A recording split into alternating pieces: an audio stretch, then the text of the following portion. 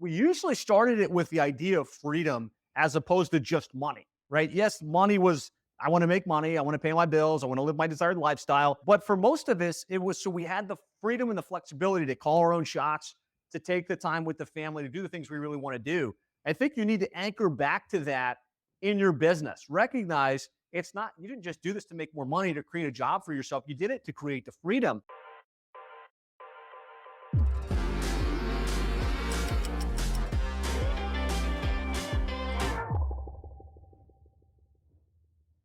Hello, everyone, and welcome to another episode of the Home Service Hustle. I am your host, Jonathan Bannister, and today my guest is my friend, my mentor, and just a great overall human being. Josh Nelson is with us today. Thank you for joining us, Josh. Dude, it's a pleasure, man. And thanks so much for being on here. And excited Yeah. to share. So, just a little backstory on Josh. I have been following you and what you've been doing for, probably 7+ years now. Have learned so much, a lot of it, in creepy ways, like hacking your funnels and trying to figure out what you guys were doing because you were so far advanced when I was getting started. And then we kind of came full circle and had the opportunity in a new business venture that you had started to be able to join your group, Seven Figure Agency. That's been 2.5 years now, and kind of the rest is history. So we'll get into all that more here in just a few minutes. But I'd like for you to I think you have a super interesting story on how you got into the marketing world, and you definitely had some ups and downs and some pitfalls in there. So just kind of talk a little bit about how you got into this space and what was that, up and down road like. Yeah. So been in internet marketing basically since I was right in my college days. I decided I wanted to do websites and hosting and SEO. Started my first company right out of high school, right when I was starting college, and struggled with it for the better part of like 2 or 3 years, just not making enough money to really pay the bills. And like really the big issue was I had the wrong model. I was just thinking in terms of websites and brochureware, and so wasn't adding enough value to the clients that we had, wasn't in a specific market. And so that didn't work out. Had to go get a job for a couple of years, working corporate America, wound up working at Reach Local, one of the big pay-per-click management companies, and kind of saw a different way, right? I saw that they were charging a monthly recurring fee, but more than that, it was less about the website and more about the impact. It was more about like, hey, look, you're going to pay us a monthly fee and we're going to generate leads and sales. I was like, yes, that seems like a better play as an internet marketing agency. And so armed with that, I started my own company, Click Inc., which turned into plumbing and HVAC SEO. As we grew, we recognized it was much better to be in a very specific vertical as opposed to being a generalist. And so, we had a couple of plumbing clients. We got really familiar with the industry, kind of what the keywords were, what the monetization strategy needed to be for them. And, the rest is history. Now we service several hundred plumbing and HVAC companies across the country, and made the Inc. 5,000 list of fastest growing companies 4 years in a row. And just love being in the plumbing, HVAC, and world. So when did you start the first company? The first company would have been back in like 2000. Okay. And then what about plumber and HVAC SEO? When did you start Plumbing and it? HVAC, we started in 2011. 2011. Okay. Um, what what are some of the major changes that you think that you can pinpoint that you've seen either from 2000, 2011, either company you started and then today? Like when it comes to digital marketing, what have you really seen that's been a major shift that has made an impact? I think, a couple of the major shifts, for a long time, it was just about getting ranked organically, right? Let's get the Right. website ranked, in the non-paid listings. And at the beginning, I named my company SEO, Plumbing and HVAC SEO, because I didn't want to sell the pay-per-click stuff, right? Our clients just wanted to show up organically, get the lowest cost leads. I think that as the business has evolved, as Google has involved and paid search, strategies have evolved, it's become more and more important that you get a blended strategy. That like, yes, we've got a website that ranks, but it also has to be built to convert, and it also needs to be showing up in the paid listings as well as the online directories. And so I think that's probably the biggest shift. We had to shift away from just SEO to being more of a full circle digital marketing strategy for the industry. So we're both in the same space. We work with, the home service industry owners, primarily HVAC and plumbing. So what do you think some of the major misconceptions that you feel exist, like thinking in terms of these owners of these businesses? So when it comes to digital marketing, where do you think the biggest misconception is? Like of years talking with these people. Yeah, I think a couple of them are. First of all, there's a big misconception that internet marketing doesn't work, right? You're going to spend money because they tried. I'm not going to name all the companies, but Right. they tried Reach Local, or they tried Home Advisor, or they tried these services. They spent the money, but it just didn't generate a return. And so there's a misconception that it's not worth spending money on online marketing because it's a waste of money. I think there's also a misconception that it's just pay to play, right? If you just throw some money at it and you figure out what your average cost per lead is, that's going to win the day, right? There's more Yeah. to it, right? You have to have a strategic website with a strategic SEO strategy, with strategic paid search strategy. And really, when you get it all dialed in, you can get a great return on investment and consistent, sustainable growth. I think those are the two biggest in my mind. Well, I think you're kind of spot on there, right? Because we talk to these contractors on a daily basis and you hear the same stories, right? Like it doesn't work. And, so you start to ask them, it's like, well, how do you think your competitors are doing so well? Like, cause they're not in the yellow book any longer. If they're doing direct mail or, something that is a lead generation of your traditional marketing, they're probably not doing $100,000 a month. So like, how did they get to be a 10 or 15 or 20 million, plus company? So obviously digital marketing is where it's at, but I like what you said there because I feel we hear these same things all the time and people just get jaded by, unfortunately, either marketing companies that just didn't know what they didn't know and just weren't really sure how to deliver the results that the contractor was expecting, or they're just flat out, doing shoddy, services, right? And I've seen both of them, and I'm sure you have as well.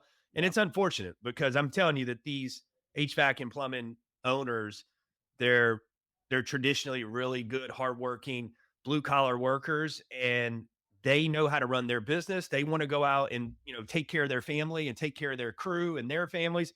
They do not want to have to worry about the digital marketing side. They want to know that their money is being spent the right way and kind of what the return is. But they kind of tell us all the time, like, you guys are the experts, like, just lead us to what we need to be doing.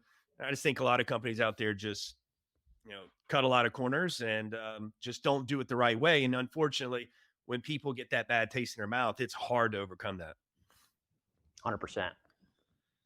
All right, so let's talk about your health for a little bit, right? You're an extremely healthy person. I know this has kind of happened over the last couple of years. So talk to me about what you do now, as far as keto and everything, and then what did Josh look like 10 years ago? Yeah, so I'm glad you brought up health because this is something I'm super passionate about and something that I pay really, really close attention to. Um, I mean, I was an athlete growing up, so kind of my early years, I played tennis. I was able to eat whatever I want. I was in great shape, but then I became an entrepreneur, and as an entrepreneur, my focus shifted completely to work and to family, right? And so there was no time for exercise, fitness, diet. And I gained a lot of weight. I think I went to 190 plus pounds. It just didn't feel good. Didn't feel good about myself. My energy was low, and made a recognition that I needed to focus on my health and my fitness. I would be hard to press to say exactly when, but I made a shift um, from just eating whatever I wanted to a keto lifestyle, which is really, I mean, we don't need to get into the specifics, right? But I think you could look it up. Keto lifestyle is basically it's a high fat diet, low carbohydrates, basically no sugar, and just totally changed the game for me in terms of how I feel, in terms of my energy. The weight came off, you know, the body fat percentage came way down. And I've played with a lot of different workout routines over the years. Initially, I couldn't get into anything consistent, so I did CrossFit for a little bit. Having a class really helped. And then I had some kids, right? It was hard to get out to those live classes, fell out of my routine, hired a personal trainer, right? It's having a personal trainer come in and wake me up and kind of be at the house a couple times a week really made a difference. And today, actually, I'm doing a band based workout called X3, which has been phenomenal and shorter workouts, better strength gains, better confidence, all around. So I don't know. Maybe I talked more about the health piece than you wanted, but that's No, that's kind of what I'm up to today. I want to dive, more into it because obviously I think, we talk about marketing mindset and money. This falls right, in line with mindset. And I think if you're not taking care of your body and your brain, both from a physical and emotional, perspective, you're doing yourself an injustice. So what is the band training? What made you go to that? What were you doing before that? Was it weight training? Yeah, so I've always done weight training, right? Just Okay. traditional, bench press, squats, that type of stuff. There's a great book by Dr. John Janquish called "Weightlifting is a Waste of Time," and initially I was like, "This is crazy! Like that's ridiculous." But he's a doctor. He's done tremendous research on this. I could spend 20 minutes talking about the benefits of the band-based resistance, especially if you've got the right system. But the bottom line is you're able to really work yourself out in your strong range, which you can't do with weights, Okay. and you can work out a much shorter period of time and get great results. So Okay. I would encourage you if you're at all interested in it, look up Dr. John Janquish, Okay. listen to that book because there's really scientific evidence behind it, and it's powerful. Yeah, I'm super intrigued now because I mean, obviously, I've done weight training my whole life, and it gets. I just turned 40 a couple, last month or something, and it just things get harder. New things are hurting and aching every single day. So I Yeah, start looking at the weights that I've always lifted, and I'm like, it's just not as fun as it used to be. the beauty of the X3 system is it's built to build strength. So you Okay. actually put on muscle, which obviously helps with losing body fat, but it also is it there's almost zero chance of injury, right? So if you've had a shoulder injury or a back injury or leg injury, knee injury, you can do this workout and still get great results in a fraction of the time. So let's stay here for a second. So let's talk about mindset. I know you're a big reader. Yep. What type of things do you do on a daily basis and have done over the years, and maybe trying different things out? But what have you seen that helps you with keeping your mindset healthy?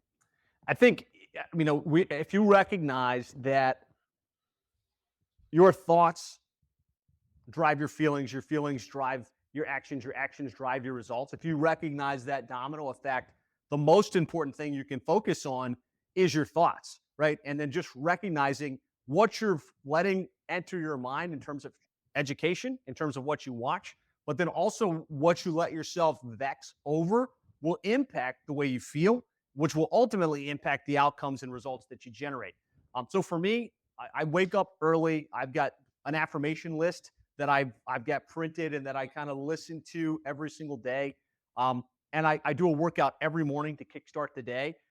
And I think starting the day with affirmations, which are like, here's what I'm trying to accomplish in my life. Here's my personal values. Here's what I'm about. Um, and letting that kind of seep into your subconscious mind carries through to the entire day, which carries through to the entire, you know, result and outcome you can develop and produce as a human being. So, what are some of those affirmations that you work on each morning? Do you change them up? Do Yeah, I mean, you have a it's list? it's pretty constant. So it's things like I love the Lord my God with all my heart, soul, and mind. Right. This is my personal Yeah, value. Um, I'm a world class individual in world class physical condition. I eat healthy because my body's a temple. Things like that. And yeah. it's not long. About a page and a half worth of these types of affirmations, which I either read or I play. I've got my ear pods in and I play them while I'm brushing my teeth, getting ready in the morning, and just kind of before you have a chance to consciously think about it, just you're re-emphasizing who you want to be as a human being and what you really want to be about. Yeah, I think you're planting daily seeds in your mind and your body and your in your soul. So I like that. So what are some tips that if some listeners out there that know they need to make some lifestyle changes. They need to eat better. They've got, the dad belly, the beer belly. They're not sleeping right. They're not taking care of themselves, but they want to get started, but they've tried the fads and they've tried these diets and they just can't stick with it. And obviously, a lot of people struggle with consistency. So, what would be some basic tips that you could give someone that wants to kind of make some overall lifestyle changes? What would you tell them? So I think first of all, you want to start with your why, right? You think about health and fitness. Why is it even important? I think it starts there, recognizing that your health is your wealth, right? If you're listening to this, you're probably a home service business owner, and you're an entrepreneur, right? And so yes, you're probably focused on doing more jobs and making more revenue, and having more profitability, and that's important to you, and you've prioritized that in your life. But the reality is equally important to the amount of wealth that you have and the amount of income that you generate is your health. Because let's face it, if you wind up sick, if you're feeling sluggish, you can have all the money in the world, right? You're not feeling good about yourself. You're not able to serve your family. That's not really going to serve you very well. So first of all, recognizing your health is your wealth. That's going to make you a better entrepreneur. It's going to be a better leader. Going to make you a better family man. If that's what you're about. So it starts there. And then I think the second is to just get some support. Like I know for me personally, when I was in that place, I was like, I'm ready to make a shift. I would have these ups and downs. I'd say, okay, I'm ready to commit to this. I'm gonna go to CrossFit or I'm gonna do workouts. But then I would fall off a couple of days later. I would suggest trying, if you can afford it, one of the best things you can do is to get a personal trainer that you meet with where there's a set day and time. So whether that's class based, and there's lots of class based workout places across the country, or whether that's somebody coming to your home, having a set date and time will really help to build the routine. The other thing I would say is put yourself through some type of challenge. I'm not sure, Jonathan, if you've ever heard of the 75-day hard challenge by John Purcell. I have. Yeah. Yeah. I'm not saying that that's the play. Like this is pretty extreme. He wants you to do 2 workouts a day and he wants you to drink a gallon of water. I think just setting a daily rhythm and committing to it for a period of time, let's say 75 days, can be a game changer for you. Even if it's just, I'm going to do a 10-minute workout and I'm going to stick to some specific diet. I think that, those are a couple things you could do that could really start to get you, first of all, thinking on the right lines, but second of all, into a routine. Because that's really where this all starts to click. You have the idea, you get excited about it, but it's the consistent execution of it that bears the fruit, right? Of you losing the weight and feeling more confident, having more energy, and being a better entrepreneur, better family man, better leader. Yep.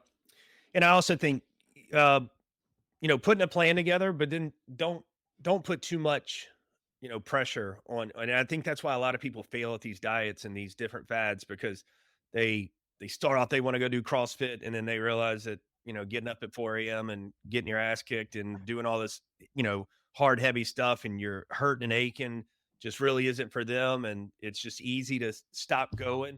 So I think for me, like I started fasting several years ago and it helped me like overall, not just from a health perspective, but it helped me just in general with things like keeping me staying consistent with things because if I, if you break the fasting cycle, then you got to wait your 16 hours or whatever, right? So I would make sure that I was planning out my dinner at a certain time that I was going to eat it because I wanted to make sure that I could eat breakfast whenever I, wanted to at that time the next day. But just once I got really consistent with that, and the thing was the the effects that I felt from it from a health perspective was so amazing to me that I was like, I always want to fast. I cut out so much junk food and stuff. I've always been a sweet eater. Um, I love ice cream and Reese's and everything else under the sun, but it would, you only had that 8 hours to be able to eat. But once you eat a meal or two, you just didn't have those cravings. So it was good for me in a lot of different ways, but it kept me consistent. I was like, well, if I can do this every day and stop eating at this time and wait the 16 hours, and I'm not even hungry typically when it is time to eat. I said, I can do anything. If I'm going to say I'm going to go to the gym 4 days a week, 5 days a week, like I'm going to make it happen and I'm just going to find the time. I'm going to schedule it in. I'm going to do it.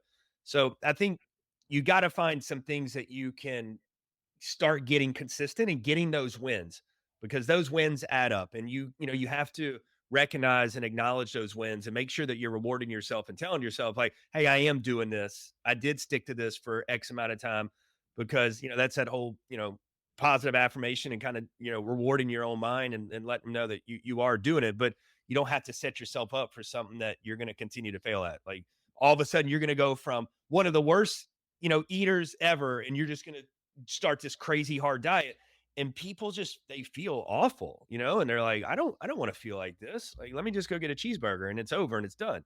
So start slow and build up those little wins. I would say that. Um, let's go over to seven figure agency. Let's Mhm. talk there. So obviously this is your new business venture. You started it what year?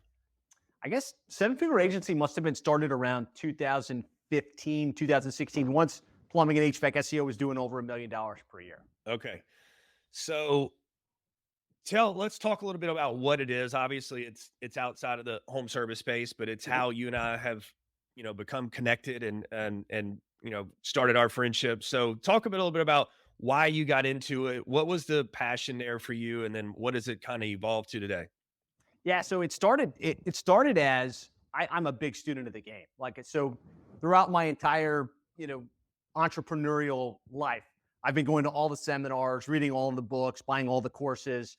Um, and as I was going to industry events, people would come up and say, "Hey, look, it looks like your agency's grown like to $1 million quickly, and it seems like it's really doing well. What are you doing different?" Right? And I was able to say, "Well, we chose a niche, right? We decided to focus on this one industry, and we put together a service offering that's a little bit more comprehensive, and we're focused on these specific things."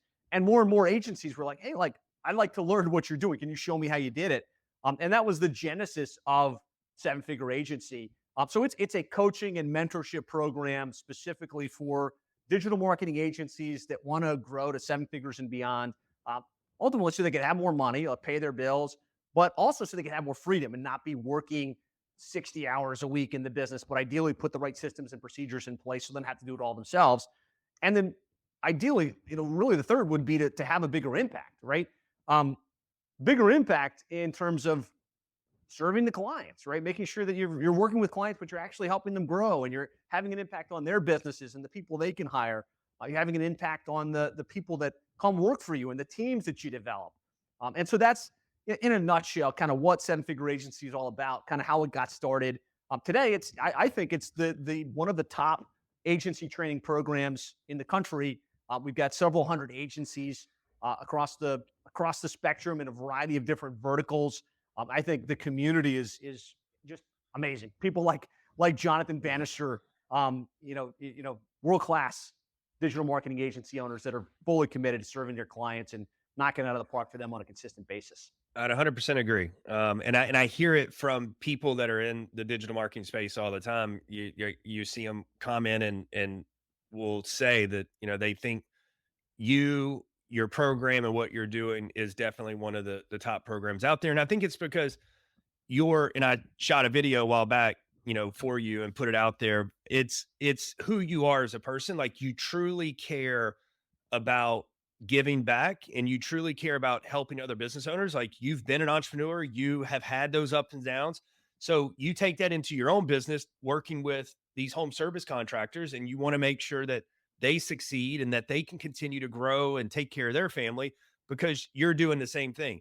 And then to see the impact that you've made, with these marketing companies and agencies around the country, or not around the country, around the world, right? Because I know we've got people in the group that are definitely on the other side of the pond, Yeah. and it's amazing, right? And we meet what, 3 times a year in Hmm. Miami, and to see these agency owners flying their team from different parts of the world is amazing. And to get together for those 3 or 4 days, to be able to network and learn and grow and help. And I've never seen, and now this is the only mastermind group that I've ever been a part of, but I've talked to so many people that are in multiple, they've been in other ones, they're currently in, a couple, and they say they've never seen one with more caring group of people that are willing to share and give back. And I can 100% attest to that, because there's just been some amazing humans that are inside of there that I've become great friends with and have helped me in my agency. And it's awesome to see that giving back. That just that abundance of knowing that there is enough for everyone to go around, and I think a lot of my clients in the air conditioning and plumbing space, the ones that are super successful, they feel the same way. Like they help their competitors that are in their market. Like they don't see them like as a threat because they truly feel there is enough for everyone. And I just think that's the winning method, in my opinion. 100%. Rising tide rises all boats. And you think about the competitiveness of this.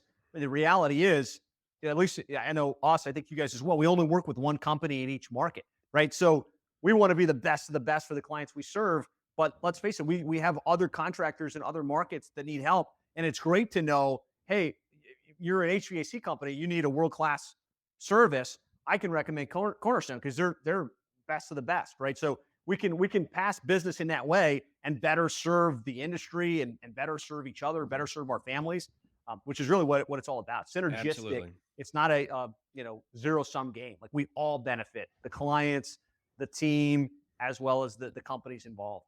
Absolutely.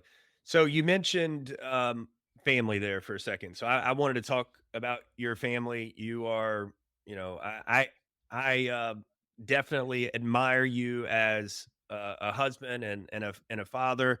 I know you're a big family man, and I know in Seven Figure Agency you preach to us all the time about making sure that you're taking the dedicated time off from the business because us as entrepreneurs, we can get obsessed on working 7 days a week and as many hours as we can, keep our eyes open.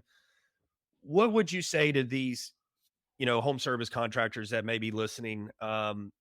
What should they be doing to make sure that they're taking the right time away for their family and taking those trips and those vacations? What is the impact that you've seen, and the reason why you push it so hard on us? Yeah, I think, at the end of the day, we all started our business, whether it was our home service business, whether it was our agency, whether it was whatever entrepreneurial endeavor we started. We usually started it with the idea of freedom as opposed to just money, right? Yes, money was, I want to make money. I want to pay my bills. I want to live my desired lifestyle. But for most of us, it was so we had the freedom and the flexibility to call our own shots, to take the time with the family, to do the things we really want to do. I think you need to anchor back to that in your business. Recognize it's not, you didn't just do this to make more money, to create a job for yourself. You did it to create the freedom. And so, with that awareness, you can choose to put the systems, the procedures in place so that you can take Saturday and Sunday off, right? I personally haven't worked Saturday and Sunday in my business like a full time day from the very beginning. And you can choose to make sure you take that time, that 2 weeks every couple times per year to take the trips, to be with the kids, to be with the family, because the experiences that you have with your family are much more valuable than the money that you generate, especially in their eyes. Yep, completely. And I think there's so many. I know so many of my clients that even as they've grown, that maybe at one point they were still working out in the field and turning the wrenches and stuff themselves. Even once they get out of the field, they still never really get out of it. Like there's still they'll jump in a truck and that's great that you're willing to go over and beyond and whatever needs to happen, you're gonna step up and make sure that the team and the company's taken care of. But I just don't feel that enough people really enforce that on themselves. It's almost like making sure that they're eating right and consistently, working out or doing some kind of fitness to take care of themselves. They also aren't taking the right steps to take care of themselves as an entrepreneur, and you'll get burned out. The When you're always living in what's going on in the business and that stress and not taking that time away, it's almost impossible not to let that go into your home, right? And your wife or your husband or wife and your kids are all going to feel that effect. So I personally have made sure, and it wasn't easy, and I didn't do this from the get go, obviously over the years, but just being very intent on my time that I am with my family, that I just try to shut work completely out of it. No matter, if the fires are that big, obviously I've got other people on the team that can help put those fires out, but it's the only way that the limited time that we may have, um, just making sure that it's memorable and it's special to the people that we truly care about. 100%. Like you said, awareness precedes change, right?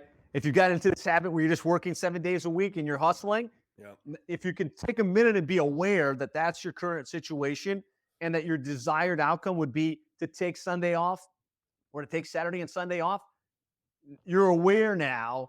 All you have to do is start to put the elements in place so that you can make that change. absolutely. All right, let's shift a little bit. Let's talk about finances. Let's talk about EOS. The entrepreneur operating system. You and something else that you have pushed our way and has made a huge impact into our business. So, talk about what EOS has done for your businesses, what it was like before you were using EOS, and then what is the next steps for you? 100%. So EOS, the Entrepreneur Operating System, is based on, or it's based on the book Traction. So if you want to learn about it, you go look up Traction, get the book by Gina Wickman. Um, Basically, it's an operating business model for small businesses. Right now, it's really for anybody doing $1 million to $20 million per year is what SBA classifies as a small business. Um, and it just gives you the right processes to build a leadership team, have an appropriate accountability chart, and ultimately the structure to be able to eventually remove yourself from the day to day in your business. The predecessor to that would have been Scaling Up by Vert Harnish. The predecessor to that would have been The E Myth Revisited by Michael E. Gerber. So look up all of those books. But if you want the best of the best in the current right now, it would be Traction and the Entrepreneur Operating System for companies kind of in that size range. For us in our agency, as we grew from a startup to, let's just call it $2.5 million per year, it was me and my business partner Dean. Right, me and him, we had team members, but we were the innovators in the business. We were responsible for everything from the websites to the SEO to the pay-per-click to the client management and everything in between. And so there was a lot like falling on us, and that kept us from being able to be more free in the business to do the things we want to do, to spend the time with the family, to pursue passion projects like I have with Seven Figure Agency. And what EOS did was it gave us the system to be able to say, okay, these are the key areas within the business. Um, who do we have on our team that could step up and be leaders in those areas and take full accountability of how we launch client websites, how we do the pay-per-click strategy, how we manage and retain clients, as an example.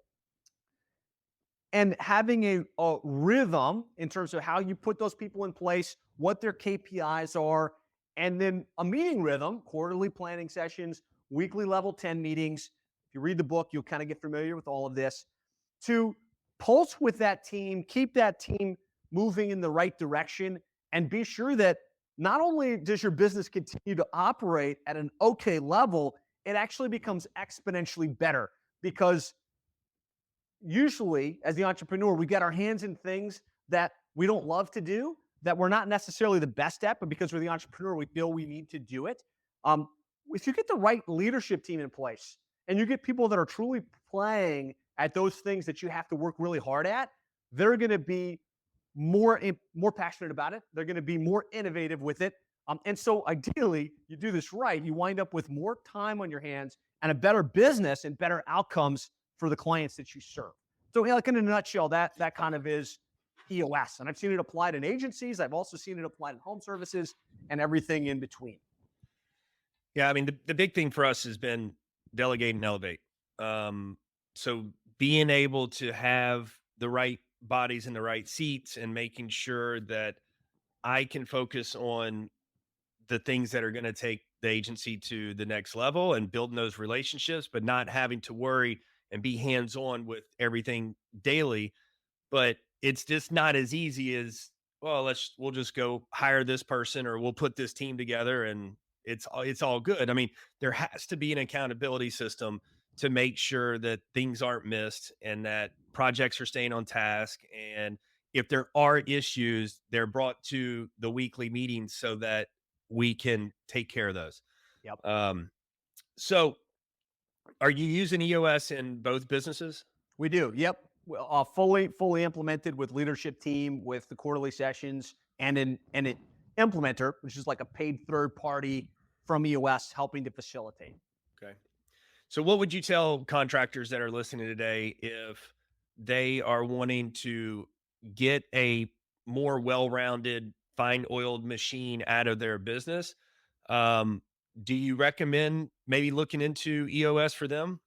I would think absolutely. Yeah. I mean, I would look at a lot of the trade organizations specifically for the trades, and I would absolutely, because I think most of them also say, hey, look, EOS is the system you want to implement in your business. Right. So without question.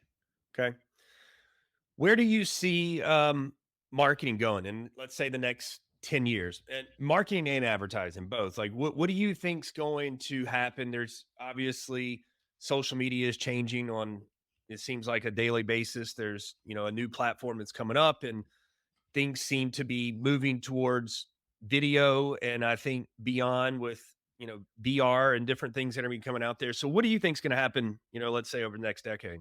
Yeah, I think, like you said, it's such a fast changing space with the metaverse and with all of these new social platforms coming on. And you think about all of the changes that have happened with search and with paid, strategies. I think more and more, you're gonna have to be really connected with your customers, right? Not just buying home advisor leads, not just showing up organically, but really thinking consciously about every single one of the customers that book a job with you. How do you make sure they become a repeat buyer? How do you make sure that they have a great experience, that they would post a review for you to help build your authority? I think that becomes fundamental. Having the right system in place to nurture your prospects, nurture your base customers, and turn them into repeat buyers that use you again and again and refer you to others. I don't think Google's going anywhere, right? I think Google as a platform where people look is 10 years from now absolutely going to be the play. I think it's going to be more and more search and more paid based, right? More and more you're going to be paying for your local service ads. You're going to be paying potentially, obviously, for Google ads. Maybe at some point you're going to be paying for your map listing, and that may not be that far down the road. And so it's just being sure that you're paying attention to the trends, being sure that you're paying attention to those new, lead aggregator sources like Thumbtack seems to be like a really, newer one that's generating good quality leads in the home service space. Changes with Angie. I think if you can focus on your ideal customer, right, the homeowner that's got a certain income threshold, focus on where they're hanging out, where they're looking when they need your services, and then make sure you're there, but then also that you're taking all of them and becoming more and more present in their life, in their inbox, in their social feed, via retargeting and things. You can continue to win the day as these platforms change. Yeah, I think we're going into a lot of unknown territories, and with NFTs and some of the ridiculous stuff that I've heard out there, and this virtual real estate and stuff that's being bought. So I'm telling my clients now, like, who knows? Like, you're going to be servicing virtual toilets here before long. We'll see what happens. That would be interesting, right? Like you get your technician being dispatched into the metaverse. It's wild to think. There was a podcast I was listening to a couple months ago between Mark Zuckerberg and Gary Vee. And Mark Zuckerberg's talking about metaverse, and he's the way he was explaining, Josh, like it gave me chills. I was sitting at the airport and I was telling my wife about it when I stopped listening to the podcast. I was like, you got to go listen to this. I said, this guy is speaking about this other reality that everyone's going to be using and doing. And he was speaking about it like he was talking about what he was going to eat for dinner or what clothes he was wearing. It was just so nonchalant. And I'm like, he goes, yeah, look, you're going to go do your regular job. That's going to be your this reality, and you'll go to work, whatever. But when you come home, you'll put on your headset or your goggles or your gloves, and then you'll go into your other reality. And then he goes, that's just where most people are going to want to, stay and spend most of their time. And I'm just sitting there thinking, like, what is going to happen? Like you're going to have we're already like the most obese nation there is. So like what's going to happen when people are just hanging out in their basements with these goggles and gloves on all day?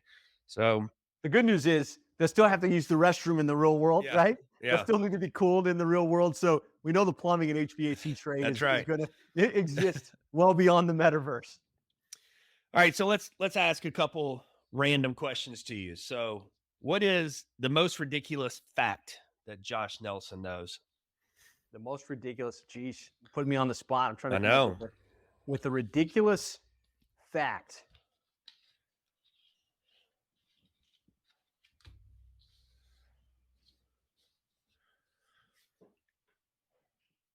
All right, I'll let you think about that for a second. Yeah. I'll ask you one more. What is one interesting fact about your ancestors? Interesting fact about my ancestors. And I have not done a ton of back research into my lineage. I do know that my family on my dad's side is Scottish in background. Okay. Um, and they had a castle somewhere in Scotland, according to the research that my mom did on that side of the family. Well, you ought to check that out. I mean, Yeah, like I want to go to the castle and yeah, see you like may have a is it castle still full there? of scotch. You don't even know. Yeah, right. So, what what does things look like on a daily basis for you? Like, what is your I know you're very strategic in how you map out your days. So talk a little bit about that and what advice can you give to some of these contractors that, they just kind of get up first thing in the morning, they're going straight to the office and it's whatever the day throws at them and then, they go home whenever they can get home. What is what has the impact been for you to be very precise on what your schedule looks like? Yeah, I think obviously if you want to be in control of your life, right, and you want to create a life that has, wealth, abundance, and the freedom to do what you want to do, you have to take ownership of how your days go, right? You have to take ownership. Otherwise, you're going to be living by somebody else's plan and somebody else's agenda.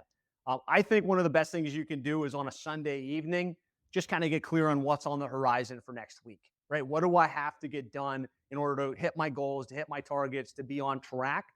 I think you want to start your day with energy, with affirmations, and with the key things you're going to get done in addition to the meetings and things that are scheduled throughout. And I think you want a time block at some level, right? As a home service contractor, you wear a lot of different hats, right? You're wearing maybe you're wearing your marketer hat at one moment, maybe you're wearing your team leader hat at the next, maybe the next minute you're wearing your actual technician hat. I think consciously recognizing there's going to be a certain amount of time you need to put into strategically building your business, and maybe you do that first thing Monday from 9 a.m. until 11 a.m. But then there's also going to be times where you need to think about your marketing and your business development. And so I like to try and theme out my weeks, theme out my days, and know, okay, Thursday's my marketing for plumbing and HVAC SEO day, where I'm going to put out content and I'm going to be doing webinars and things like that.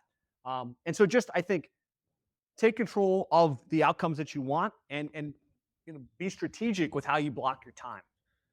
So one of the things you just mentioned there just got me thinking. You're talking about strategically running their business and how they're kind of thinking through things. I saw the shiny objects. Like, yeah, I'm a visual person, so and I know you're big on that with us. Like, stop chasing the shiny objects and us getting lost in the digital marketing world. Um, I see that with our clients, and I'm sure you have as well, chasing the next dispatch software, something that's out there that's going to help them. What do you say to people, or what advice do you think we could give them talking about, you know, really focusing, making sure that the basics are really, really dialed in with when it comes to digital marketing instead of focusing on all these new things that are coming out there? Because I almost feel that they get too complicated. And it's like, if they don't really put the time and attention to that piece of software that's super powerful, they're never going to get everything they need out of it to begin with. And I feel that a lot of it could be tracked and traced at a basic level, but I think a lot of people just don't do that. Yeah, I think always focus on the fundamentals, right? What are the base fundamentals? I think a lot of times shiny object syndrome happens when we're like, hey, I want to go, generate more leads, or I want to hire these new techs, or I want to do this, all this exciting stuff. But the fundamentals are, where are you at right now and what's your goal? And that may be the annual goal, it may be the 5-year goal, it may be the quarterly goal, but what's the goal? And I like to think in terms of 12 months and in 90 days. And then reverse engineer. Like, if that's the goal, here's where I'm at, here's where I want to go. What are the key performance indicators? What are the things that would have to be in place to make that a reality? And from a marketing perspective, it's usually, all right, well, if I want to do $5 million, what's my average transaction value, right? Based on that, how many service calls do we need to have on a monthly basis? And then based on that, how many leads will we need to generate in order to bring that into fruition? So I think from a marketing perspective, that it really all reverse engineers from there.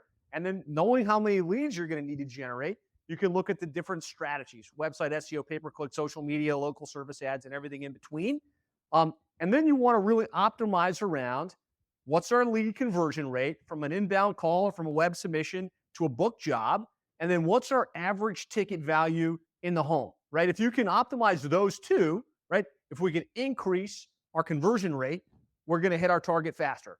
If we can increase our average transaction in the home by training the techs, by helping them figure out right upsell strategies, we can hit our targets much faster. So I think it really comes down to having a basic dashboard where you can see what's the goal, what's the target, and then are we on track for those key metrics? 100% agreed. Obviously, that is what we've shifted our whole entire agency to over the last 18 months or so, is just getting real precise on the data, but bringing it in a very simple way to our clients. Because what I know is these contractors, because typically they don't want to deal with the marketing, they just want to deal with someone who's fair and honest and is going to help them grow their business. If you can show them where the true ROI was from what's being spent, they will open their checkbooks and spend what needs to be spent to hit their goal that they have in place. But most companies just haven't given them the roadmap to fully understand that. And they just kind of feel like, my phones aren't ringing, but I'm spending all this money. And I just think that you have to really deliver that on a monthly basis. They have to understand where the leads and the calls are coming from. And I think from the marketing company's perspective, like, we have to know as well, because if there is a source that is working, better than another, like, you need to be able to pivot and put those funds and that budget over, towards that. Um, so yeah, for us, it's right there with Josh. It's getting the dashboard in place and understanding where the leads and the opportunities are coming from, and how many do you need to get to be able to successfully hit your goal. Yeah, you guys have done an amazing job with that. Like, to the next degree, where you're really helping these guys figure out, well, if that's the goal, here's what has to happen, here's how much needs to be spent, and listening to the calls and tracking down on a monthly basis, on track, off track. I can say you guys do an amazing job on that front. Well, I appreciate that. And I'll tell you, it's been an eye-awakening experience to run through the process that we do now, as far as truly trying to put a forecasted, you know, perspective in place of what is, because here's, another thing that I've learned over the last 7 years is that every company you talk to, what they know is typically pretty basic. It's like, well, what'd you do in revenue last year? We did 4 million. All right, what do you want to do in the next 12 months? 5 million. Or 4.2, we want to do 6.2. They just throw these round numbers, but no one has ever truly told them, like, what is it going to do to do an extra $2 million in new acquisition business? Plus, you got to, look at the fact that the 4 million you did last year is not just going to walk back in the door, right? Like, there's going You to got to go be earn that back. some of that that's going to come back from referrals and you having your membership base. But to look at that large sum that you're going to have to pick up in the next 12 months to do it, it's like, well, this is what we think it's going to cost. And people are like, lose their mind. And it's like, well, and then you can ask questions like, well, how much money do you think you should be spending on your marketing budget each year? and they've all been to these classes, some coaching class or something, or they're in some organization, like, 10 to 12%. I'm like, all right, well, but when I calculated everything, like you want to spend like 1.5%, right? I mean, so you know, I think there's just been this misconception in the digital marketing world that you can just, have this abundance business with all these leads and stuff, and they're going to cost next to nothing. I still truly believe that you need to really be strong on your SEO and your GMB. Mhm. Currently, Yeah. it's free to a sense, right? I mean, whatever you're paying your marketing company to do it, but you need to be able to make sure that you're getting every possible lead or opportunity that's out there from those sources, because that's always going to be your lowest cost per lead. Yeah. And then, okay, well, we've got this kind of dominating, or we're working hard to maintain this great position we have on organic. Now we know the rest of what we need to go obtain, because we've reverse engineers, the numbers like you were talking about. Then, all right, well, we got to go get them through paid sources, and then it's like, well, which paid sources you're going to get? There's Yelp, there's Angie's List, right? There's AdWords, there's all these different platforms, but that's our job, right, to figure out which platforms we're going to use and where we're going to get the best lead quality and how many leads can we get, because you mentioned Google local service earlier, and it's been amazing. I think what that came out in, was it 2017? I think they launched it. Um, But and it's like, when it first came out, it was like crack to these contractors, because there was only a limited amount of people that were on it. They only launched it, I think, in like 12 cities around the country, like the major cities, and then they kind of started branching off from those cities and spread it. But over the years now, there's so many contractors that are on it because it's a low lead cost number. It's traditionally a pretty high quality lead. But, the number one thing my clients, tell me is, and this was back before they changed it to a bidding system and it was $25 a lead. I'd say, what's going on? Anything we can kind of help with, we want to talk about. Man, if I could just get some more of those Google guaranteed leads. I'm like, well, I guess you would like, is, a million of those for $25 a piece, right? But it's finding where you're going to get the leads from. And I think that's, something that you and I are always, and other digital marketing companies are always thinking, what's next? Is it the metaverse, or do we need to go get some digital, virtual plungers or something to be, thinking of helping our contractors, in the future? But it's, I liked it how you talked about just getting back to the basics, and at least having that as your baseline. I mean, mm, you have to understand what's being spent and where the leads are coming from. That should kind of be 101. 100%. So Josh, let's get ready to close this out. So any words of advice that you could give any contractor out there in the home service space that's looking to either grow their business, possibly wanting to, sell their business in the future? What are some tips that you could give, if they're, you know, just kind of stuck when it comes to marketing in general?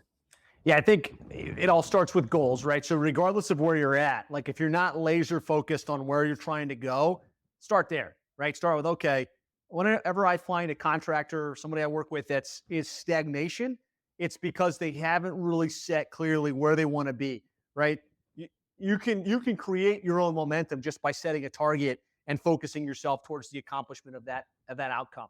That would be the first thing. Set some goals. Second thing is, usually the momentum in your business is going to be driven by your marketing strategy, right? It's going to be driven by, are we marketing correctly? Are we showing up where our customers are looking? And do we have a great plan?